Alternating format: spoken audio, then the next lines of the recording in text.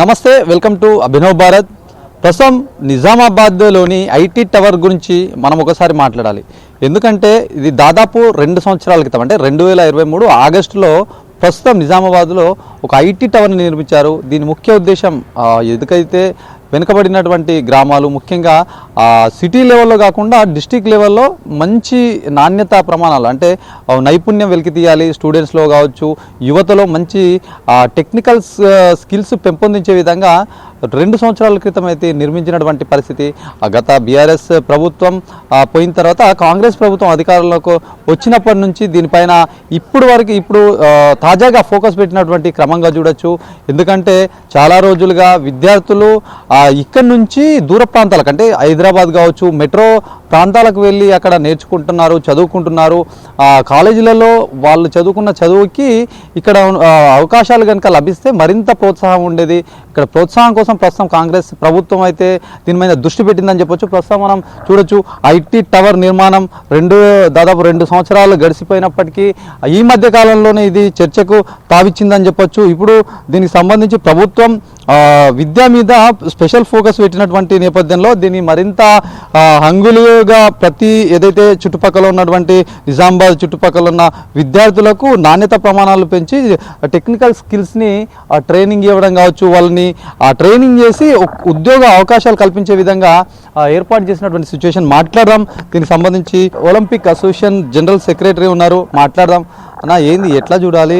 2 సంవత్సరాలు పూర్తయింది. ఏదో తాత్కాలిక మొదట్లో కొద్దిగా హడావిడి అయితే జరిగింది. అనంతరం చాలా మట్టుకు ఈ పేరు అనేది ఎవరు గుర్తుపెట్టుకున్నటువంటి పరిస్థితి ప్రస్తుతం తెర మీదకి వచ్చింది. ప్రభుత్వం దీనిపైన దృష్టి సాగించినటువంటి నేపథ్యం ఎట్లా యూజ్ అవుతుంది? ప్రస్తుతం దీని సిచ్యువేషన్ ఎట్లా ఉంది? చాలా ధన్యవాదాలు. ఎందుకంటే గత గవర్నమెంట్ ఈ 50-60 కోట్లతో ఏర్పాటు చేసిన ఈ ఐటీ హబ్ను ఇంతవరకు ఎవరు కనీసం సాలరీస్ ఇవ్వలేని గతి గవర్నమెంట్ ఉండే అప్పుడు.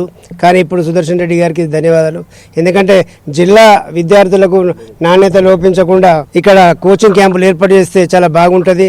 దాంతోపాటు స్కిల్స్ 4th ఇయర్లో ఉన్న ఐటీ మన ఇంజనీరింగ్ స్టూడెంట్స్ కానీ, ఐటీఐ స్టూడెంట్స్ కానీ, పాలిటెక్నిక్ స్టూడెంట్స్ కానీ ఇక్కడ కోచింగ్ క్యాంప్ ఇచ్చి వినూత్నంగా ఉంటుంది ఇది. ఎందుకంటే ఎవరు చేయని పని సుదర్శన్ రెడ్డి చేసిండని చెప్పచ్చు. ఇక్కడ లేని ఐటీ హబ్లు గత గరీబు విద్యార్థులకు హైదరాబాదు, బొంబాయి, పూనా, మద్రాసుకు ఇతర ప్రాంతాలకు వెళ్తున్నారు. చాలా కష్టంగా ఉంది.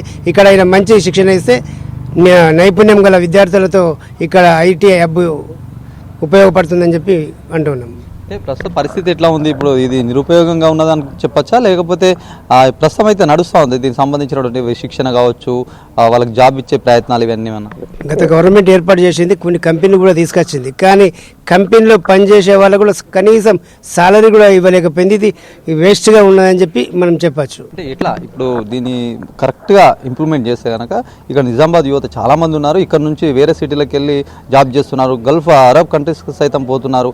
ఇదంతా ఇది ఒకవేళ కరెక్ట్గా ఇంప్లిమెంట్ చేస్తే వాళ్ళ ఫ్యూచర్ ఏమైనా డెవలప్ అయ్యే విధంగా కావచ్చు, మెరుగైన అవకాశాలు లభిస్తే బాగుంటుందంటారా? 100% లాభంగా ఉంటుంది. ఎందుకంటే చాలా గరీబ్ ఇక్కడ ఉపాధి లేక మద్రాసు ఎక్కడెక్కడో పోతున్నారు. కనీసం వారికి రైల్వే ఫ్లైట్ల టికెట్ల కూడా పైసలు లేవు. కాబట్టి ఇక్కడ ఏర్పాటు చేసే మాత్రం చాలా ఉపయోగపడుతుందని చెప్పి చెప్తున్నాను. చాలా జాబ్స్ ఇస్తామని చెప్పి అప్పట్లో చెప్పారు. దీన్ని ఒక 50 కోట్లకు పైన పెద్ద మొత్తంలో స్థలం సేకరించి ఇది కట్టినటువంటి నేపథ్యం. ఇది యువతకు ఇప్పటివరకు ఏమన్నా చాలామంది దీని పడ్డ లాభపడ్డటువంటి ఏమన్నా సంఘటనలు ఉన్నాయంటారు? అలాంటి ఉపయోగపడుతుండే ప్రభుత్వం దీన్ని కొన్ని కంపెనీలు తీసుకొస్తే ఉపయోగపడుతుండే. కానీ ఇప్పుడు వేస్ట్గానే ఉన్నాయని చెప్పచ్చు. ఎందుకంటే ఇప్పటికైనా కానీ ఈయన సుదర్శన్ రెడ్డి గారు చాలా స్పందించి వెంటనే మొన్ననే 2047 రేజింగ్ స్కీమ్లో, కొన్ని తెలంగాణ స్కీమ్లో సీఎం గారితో మాట్లాడి కొన్ని పెద్ద కంపెనీలు తెస్తే చాలా చాలా ఉపయోగపడుతుందని చెప్పి వారికి అభినందిస్తున్నాను. ఇప్పుడు కొంతమంది ఏదైతే ప్రైవేట్ సెక్టార్స్ కావచ్చు, ఈ ఇన్స్టిట్యూషన్స్ అందరినీ తీసుకొచ్చి మాట్లాడడం కావచ్చు, సలహాలు సూచనలు తీసుకొని దీన్ని ఇంప్లిమెంట్ చేసే విధంగా ప్రయత్నాలు చేస్తున్నారు. మళ్ళీ స్పందన కావచ్చు, వీళ్ళందరూ వాళ్ళు ఏం డిస్కషన్ చేసి ఉంటారు, ఎట్లా ఉండబోతుంది ఫ్యూచర్లో ఇదంతా? తన ఐడియా చాలా బాగుంది అని చెప్పచ్చు. ఇప్పుడు చాలా పెద్ద కళాశాలలు ఉన్నాయి ఇక్కడ నిజామాబాద్లో. ఐటీఐ నుంచి ప్రిన్సిపాల్ కానీ, పాలిటెక్నిక్ ప్రిన్సిపాల్ కానీ, కొన్ని ప్రైవేటు విద్యా సంస్థల నుంచి తీసుకొచ్చింది చాలా బాగుంది అని చెప్పి కూడా చెప్పచ్చు. ఎందుకంటే అక్కడ విద్యార్థులు ఉంటారు, ప్రైవేట్లో కూడా గరీబీ విద్యార్థులు ఉంటారు కాబట్టి వారికి ఉపయోగపడుతుందని చెప్పి చెప్పారు. Thank you. ఇది మొత్తానికి నిజామాబాద్ నగరానికి విశాలమైనటువంటి ప్రాంతం. అంటే అవుట్స్కట్లో నిర్మించారు, పక్కనే కలెక్టరేట్ ఉంటుంది, దాని పక్కగా నాక్ బిల్డింగ్ ఉంటుంది. మంచి వాతావరణం నిర్మించినటువంటి ఈ ఏదైతే భవనము దాదాపు 50 కోట్లకు పైగా దీని వ్యయం జరిగింది.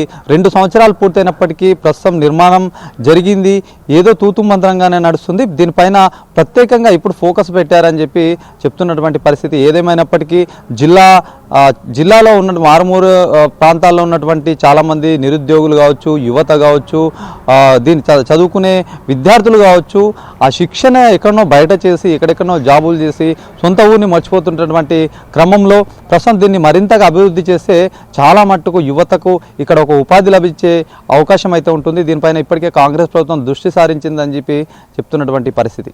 కెమెరా పర్సన్ సందీప్తో శ్రీనివాస్, అభినవ్ భారత్, నిజామాబాద్ నుంచి.